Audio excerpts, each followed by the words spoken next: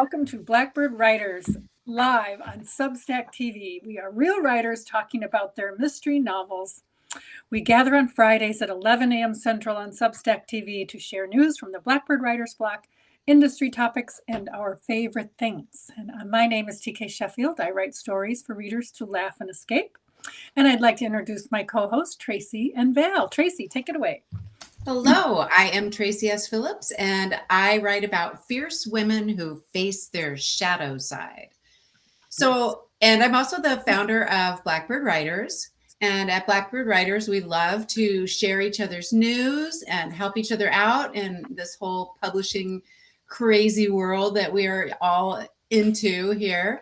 And so we're just a really supportive, awesome group. And here we're going to share some stuff with you today. Val, welcome. I'm Valerie Beal. I write books for readers 10 and up, often inspired by my travels. And I'm also a book marketing person. Guru. Yes. Some days I feel like more like one than other days. It depends. Well, we are delighted to have you listening. And if you're watching the replay, we love it that you're watching the replay. And I see some of the friends of the show, including Sean and Roxanne.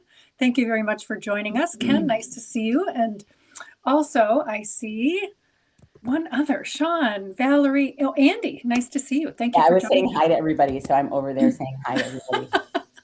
Sean is up for an award. So Sean, feel free to add that vote link if you want to. Sean is up for an award for Best of Madison.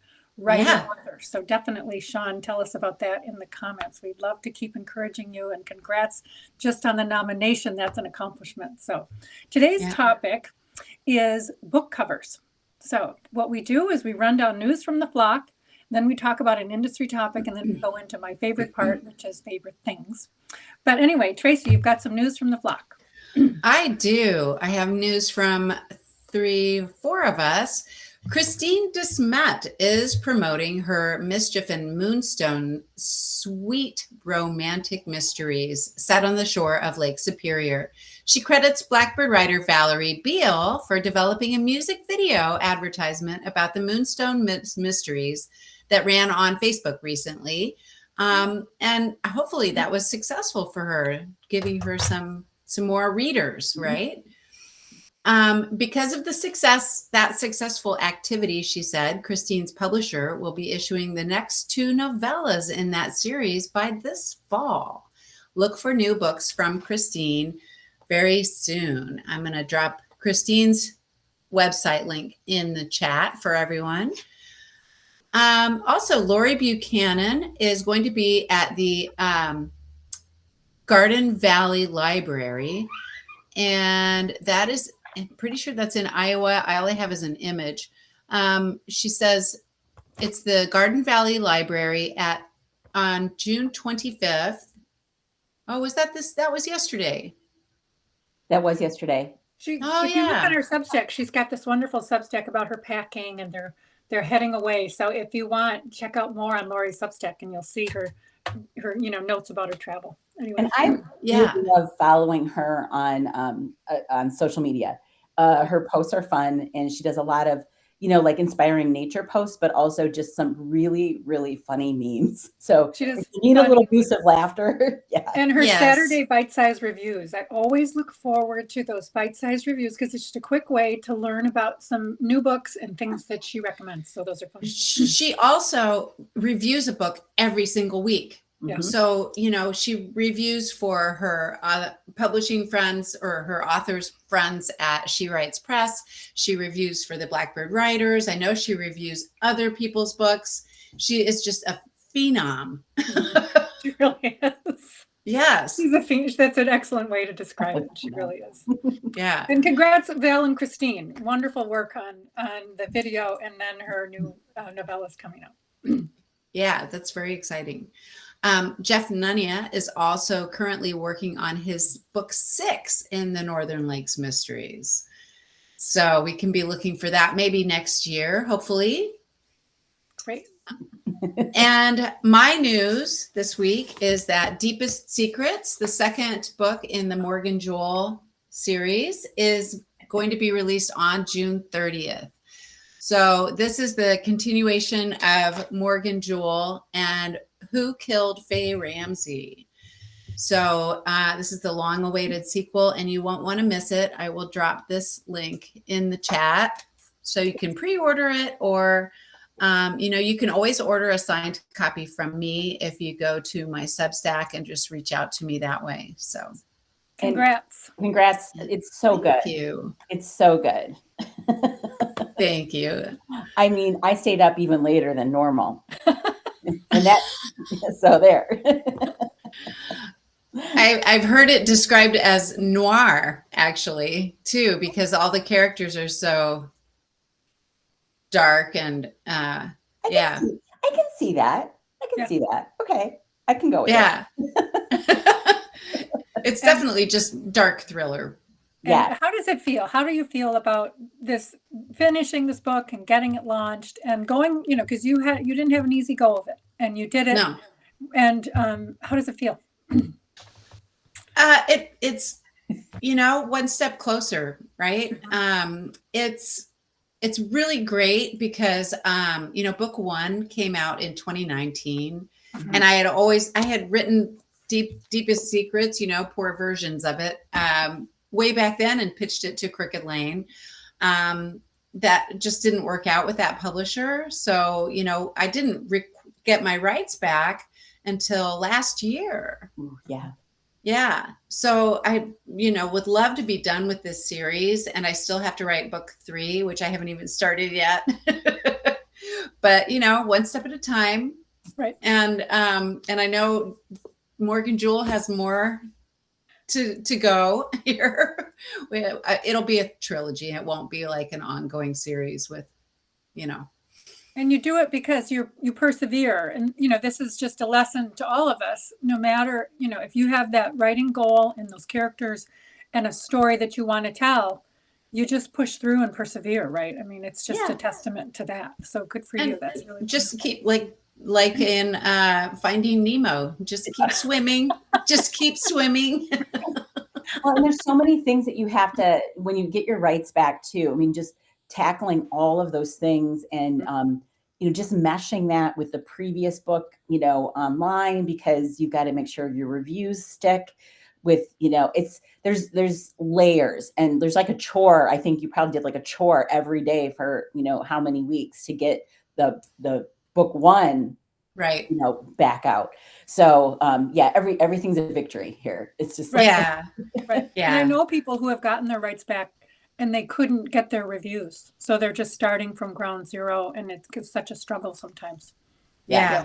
Super frustrating. Right. Yeah, it can be. And it's it's just one of those kind of tedious tasks. You just kind of keep plugging away. Right. Yeah. So I'm going to be in Lake Geneva at the Lake Geneva Literary Fest in August on the 22nd, and I'll have more information on that later. But if you're in the Lake Geneva area, it's a beautiful summer destination, and this is the first Lit Fest down there. So, and there's a wonderful bookstore called Lakeside Books, Lake Geneva, and if you're in the area, it's worth a stop. But I'll talk about that more as we get closer to it. So. Cool. That sounds. Any fun. other news? Were we going to mention Jeff Nania is at Muskie Fest up in Hayward this weekend? Is it Hayward? Yes. Right? Yeah. Yes. So 10 a.m. tomorrow morning, it looks like he is at Honest Dog Books in Hayward. Now, I don't know if anybody's going to watch this from that area or you're headed up to Muskie Fest, but Honest Dog Books is the nicest bookstore run by the nicest people. And if you got a chance, pop on in there, even if it's, not at the same time as Jeff's event. So, yeah. Thank you. Do you have a link? Beautiful. Do you have a link for that? let me try to find it. Okay. He put it on, his Facebook shows it, but I don't know if Honest Dog has it. But we cannot not mention Muskie Fest. Come on. It feels so natural to talk about Muskie Fest here in Wisconsin.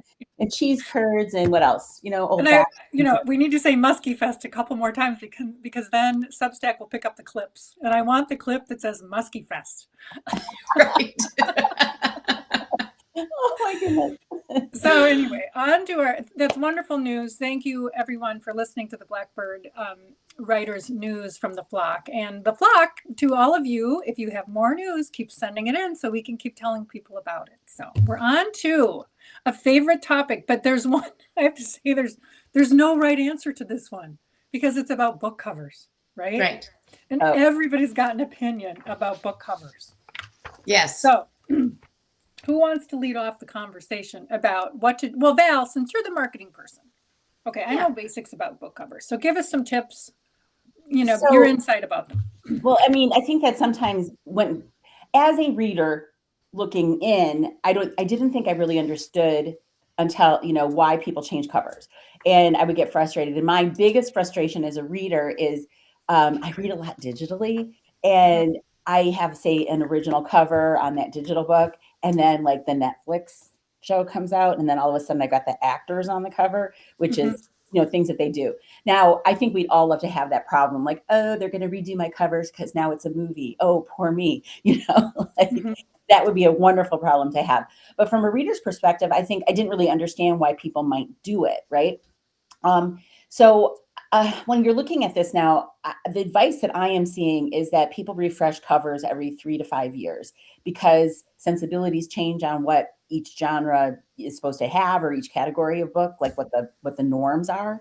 And if you look through books through the years, it's kind of fun actually to see the metamorphosis on certain titles. And then I had to adjust that myself, but they kind of 3 to 5 years. And we were just talking about Christine DeSmet's books. Now her publisher is redoing her covers, and that'll be, it's always an interesting adventure, right? I don't know. I haven't seen any of them yet. I'm not sure she has either. I don't know what the concept is and how different it's going to be, but fonts change and color schemes change and what's expected. And sometimes this shift can be rather jarring. Mine was way overdue. Should I show mine? Yeah. Yes. Okay. So first, I can do this. Look at the cool thing my kid 3D printed for me. Oh, yes, your slipcover. Love it. So Love it. that was because I was whining about how expensive the cardboard ones were, and I didn't need 500 of them in my garage. Okay. This is my original Circle of 9 cover, the novella. Yeah, I know they needed fixing. But they're not bad. They aren't bad at all. They're yeah, sorry. Yeah. Well, I mean, and they were right for the age, for the era. Although some people, this may have been actually Christine DeSmet's advice or, feedback. She thought they looked more like historical fiction. This one maybe is more fantasy. But they come off of vacation photos that I originally, that one was drawn, but they're actually from, real photos. So if you want to see the redos, should we hold them up side by side? Yeah. You did such a great job. And I mean, we're really leaning into YA fantasy here, right? Yeah. So before, after. Yeah. Very nice. Yeah. I have a funny story. Speaking of, and mine are. It's time to redo the Backyard Model mystery covers. Okay, so I still love those though. Thank you. And I adore the artist who did these. I adore her. She's from Wales, England, and I love her. But it's time for a refresh. But I'll tell you my funny story, and this happens to me all the time. So I'm hosting a show. I won't say the show. I'm just hosting a show. And we have bookstore owners on the show, and they're giving feedback about their stores and how to get into indie bookstores and all the rest of it. They're talking about, which is great. It was wonderful information. But one of the owners said, "Oh, please, no more covers with women facing backward on them." Wait a second. Oh, yeah. I've had it. No more of those. And I'm just like, oh. No, that's truly a thing, though. What? It is. Yeah. It's in a historical fiction too. Yeah.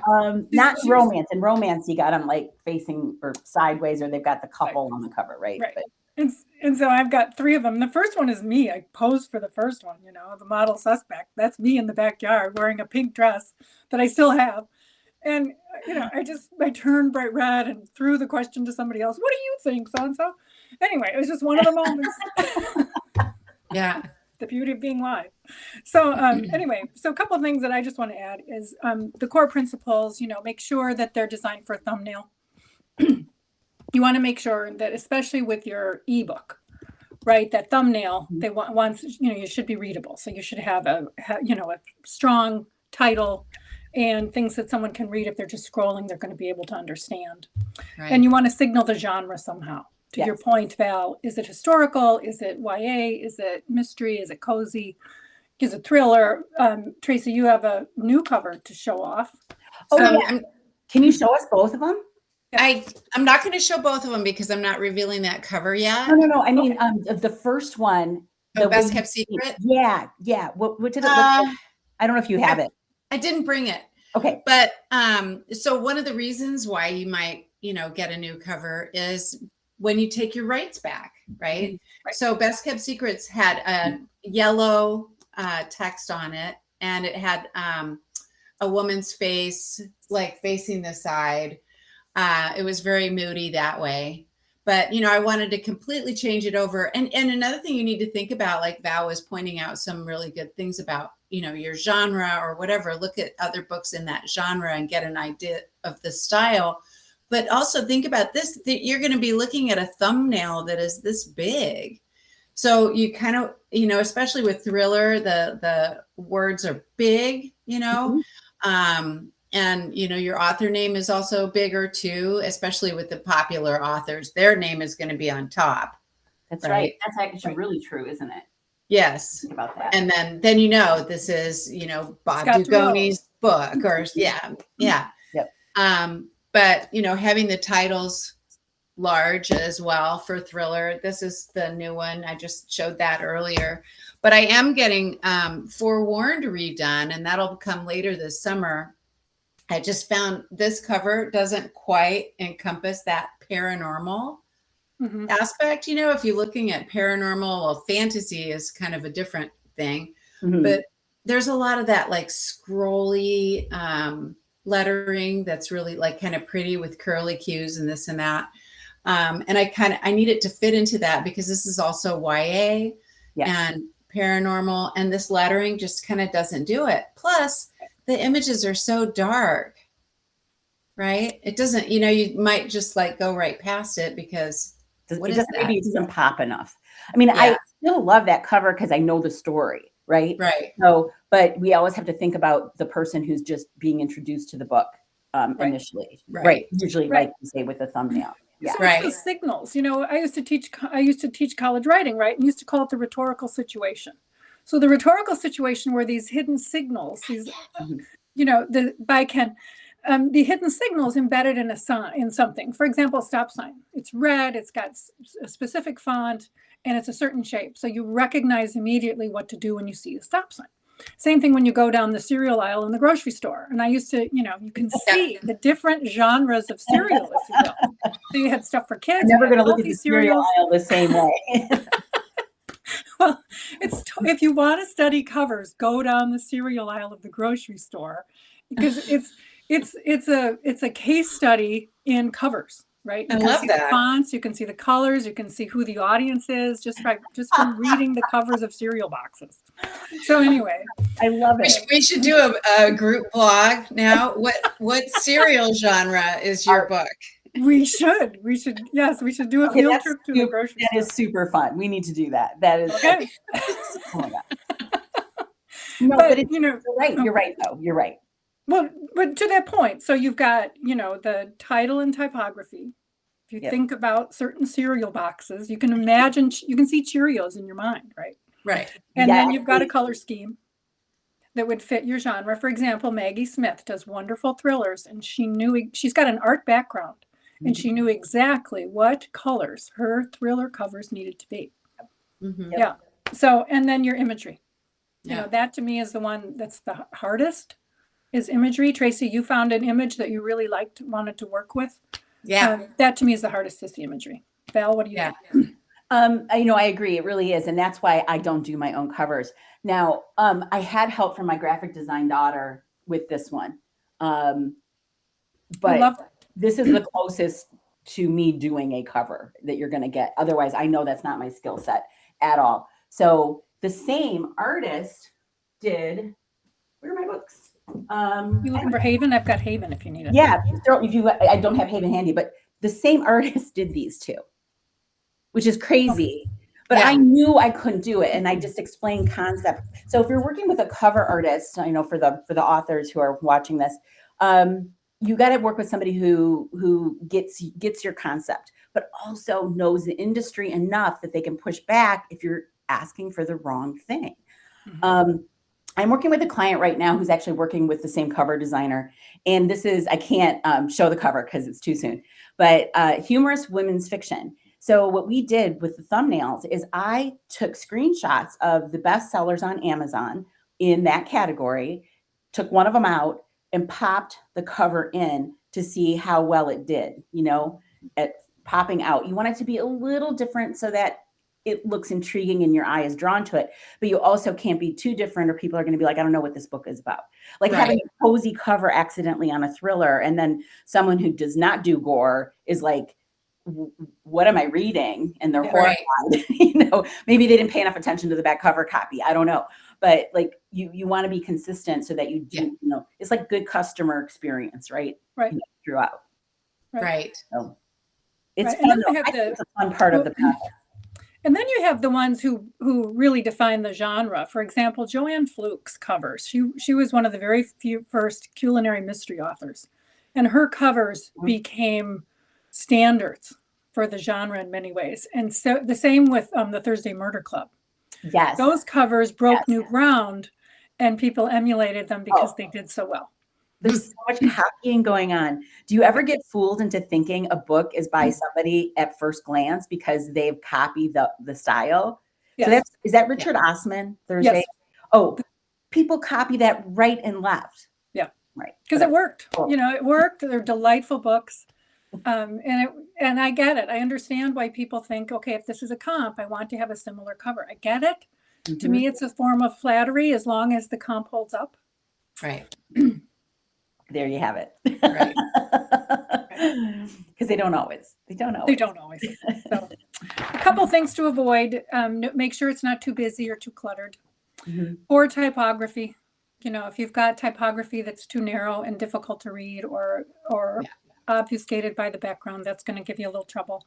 Ignoring your thumbnail. Sadly, I see a lot of good books, but they don't hold up to a thumbnail. Right. The wrong genre signals. Make sure you're fitting your genre. Yes. And then low quality or generic stock or maybe you don't have the rights. I've seen people get into trouble and they're using a photograph they don't have the proper rights to. So make sure you've got that. Well, and on that note, I believe it's Dave Chesson's website, Kindlepreneur, that has sort of a guide to using stock photos. And you have to look at the licensing because you may go on like Pixabay or, some of those different ones where you don't pay for the photo, but the use, there's rules. So if it's like, like a blog post, fine, but you may not have like commercial rights to like something that you're selling. Like you're not gonna be able to take that, especially a image that you don't manipulate in any way to make it a little bit different. It's an interesting, thought. But I think that if you're trying to do it yourself, double check because you do not want to be so far down the road with your branding on a book and then find out you really shouldn't be using the image and get in trouble with it. Yeah. Exactly. Not good. Excellent. Yeah. That's why you should talk to an expert like you, Val. Oh, yeah. Like me. No, this is why you hire an expert like my cover designer. All right. So I think we've got about 7 minutes left. Are we on to is it real or is it AI? We can do it. Yes. Do you want to talk about the fun email that you got first, or do you want to do the photo that I have? It's up to you. Too. Either way, I can do the email. Do that. So I can't imagine that there's anybody who's an author who is watching this who has not gotten one of these super fun, crazy emails that are flattering and wonderful. So take it away, Tracy. Right. And I was going to ask, is it real or is it AI? Dear Tracey S. Phillips, I hope this message finds you well. My name is Abigail Gehring, and I serve as Senior Commissioning Editor at Skyhorse Publishing. I recently had the opportunity to review Forewarned and was particularly drawn to the burden Daphne carries as someone who possesses knowledge she cannot easily share and warnings others may not believe. Skipping to the next paragraph, at Skyhorse Publishing, we are always interested in novels that blend suspense with character driven storytelling. What stood out to me about your work was the way Daphne's supernatural ability appears to function not as an advantage, but a source of isolation and difficult responsibility. I would welcome the opportunity to learn more about any current or forthcoming projects you are developing. Thank you for your time and consideration. So, is it real or is it AI? I think you got a live one. I think you're gonna, for a small fee, I think you could probably move forward with this person, right? Well, and I'm looking at this email. The ending has, her photo, Abigail Gehring, the group editorial director, Skyhorse Publishing. It's a 212 area code, which I don't know where that is, but it's the address is 11th floor, New York, New York. I think 212 is New York, I think. I think it is. It's Manhattan. So they copied everything properly. Right. She's probably a real person at Skyhorse. But what is the send email? Do you have that? Yes. Skyhorse.publishing@aol.com. There's the tell. There we go, everybody. Check the emails. Yeah, because I'll bet you that Skyhorse Publishing has their own at skyhorse.com. And if you go on to Skyhorse, I will bet it will say there are people impersonating employees from Skyhorse. Disregard that. I would bet you would find that. Yeah. Wow, that's so special. Well, you're right. Okay, so photos today. Is it real or is it AI? We have a subway train. We have A. We have B. Will I doctor it again here? Is it A? Which one is AI? A or B? I'm going to say A. A is AI? Yeah. I think B is. Any guesses in the group? I can wait for a second for someone to type if anybody wants to guess. Surprisingly, this is the real one. Oh, wow. This is AI. Wow. I know. Yeah. It seemed like there was too many details and the train looks. This one? The train, it's got a little bit of a blur so that it looks like speed, like it's coming into the station. So I don't know. I just think it's, and kind of maybe like the crowd is a little bit like less defined. Yeah. Mm-hmm. But could have fooled me. I picked it wrong. Did you? So did I. I usually do, so I'm surprised. You win. You win today. All right. So we are on to my favorite segment, favorite things. Anybody have one? Go ahead. I'm going to say that my favorite thing is my wonderful book cover designer who I stumbled upon online and then stealthily checked her out with other clients via like Facebook Messenger. And she's fabulous. And it's the luckiest relationship that I have, gotten with another professional that I pay, for services like that. She's fabulous. Wonderful.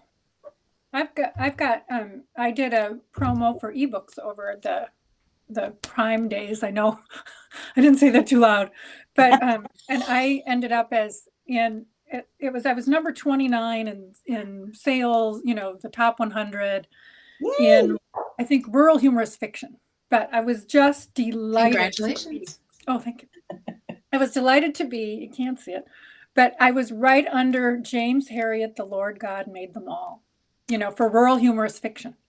And he inspired me. I read all the books over and over again, and I just loved his voice. And to be even close, he was 26, and I was 29. To be even close to that author I was just tickled with that. So, and thank you, dear readers, for doing that. I appreciate everybody who purchased, and good luck, and I hope you like the stories. So, Tracey. My favorite things are authors who help us out. We are all helping each other, and like you guys are, so great at helping to, spread the news or share posts or whatever. Other authors like Sean and I just exchanged reviews for our books, and it helps when we have support in the community. And so my supportive community is my favorite thing today. Thank you. That's wonderful. And I see Rob Grinstaff is here. Thank you, Rob, for joining. If you need an editor, and Rob has a wonderful Substack, go check it out. He's just delightful. And so does Sean. And so does Lori. So if you want to know more about authors and writing and great books, check out Rob, Sean's, and Lori's Substacks. So thank you, everybody, for joining us today. We are the Blackbird Writers on Substack TV. From our nest in the Midwest, we discuss issues in the book world, new releases from Blackbird authors, and our favorite things. So please tune in, share with your friends, and we will see you next week at Friday, 11 o'clock, Blackbird Writers on Substack TV. Hope to see you then. Take care, everyone, and have a nice weekend. All right. Bye, everybody. Thank you.